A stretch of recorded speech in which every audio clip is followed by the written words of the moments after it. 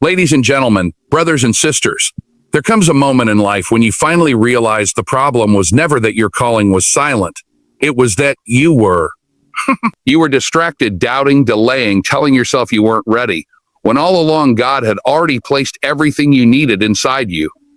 Your gift wasn't sleeping. Your purpose wasn't hiding. It was you standing still, waiting for a thunderstorm of signs when God had already whispered the direction in your spirit. Sometimes we mistake comfort for clarity. We think if we can't see the whole road, then the road doesn't exist. But God doesn't give blueprints. He gives beginnings. He doesn't hand you the entire staircase. He gives you the first step and asks, "Will you trust me enough to take it?" I've been there, looking at my life, thinking I was stuck, thinking heaven was quiet.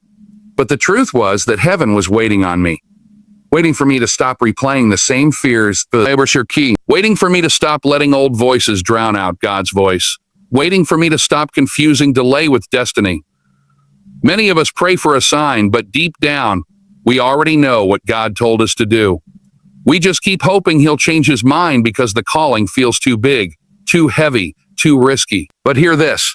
If the calling came from God, it was never meant to fit your comfort. It was meant to awaken your courage. Your calling isn't the part that needs waking up. It's the part of you that stopped believing you were chosen. God has already breathed purpose into your bones. He's already placed fire in your spirit. You don't need more time. You don't need more signs. You don't need more permission. You need movement, real movement. The kind that says, "Oh Lord, I might not see the full picture, but I trust the one who painted it." When you rise, when you speak, when you step, something in the atmosphere shifts because heaven responds to motion. God's been ready. The question is, are you? Delay is a quiet thief.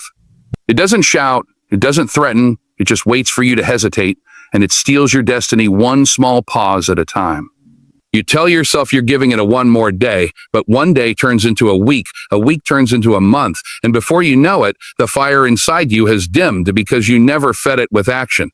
We often think we're preparing, when really, we're procrastinating. We think we're being wise and patient, when truthfully we're letting fear disguise itself as strategy. Destiny doesn't disappear overnight.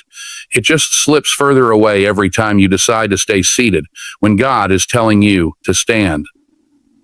I want you to imagine your life like a platform with a train waiting just for you. The engine is warm, the path is set, the conductor is ready. That train is purpose, that engine is opportunity, and that open door is God saying, "A child, this is your moment." But many of us keep tying our shoes, checking our bags, rereading the ticket, talking ourselves out of the very journey we prayed for.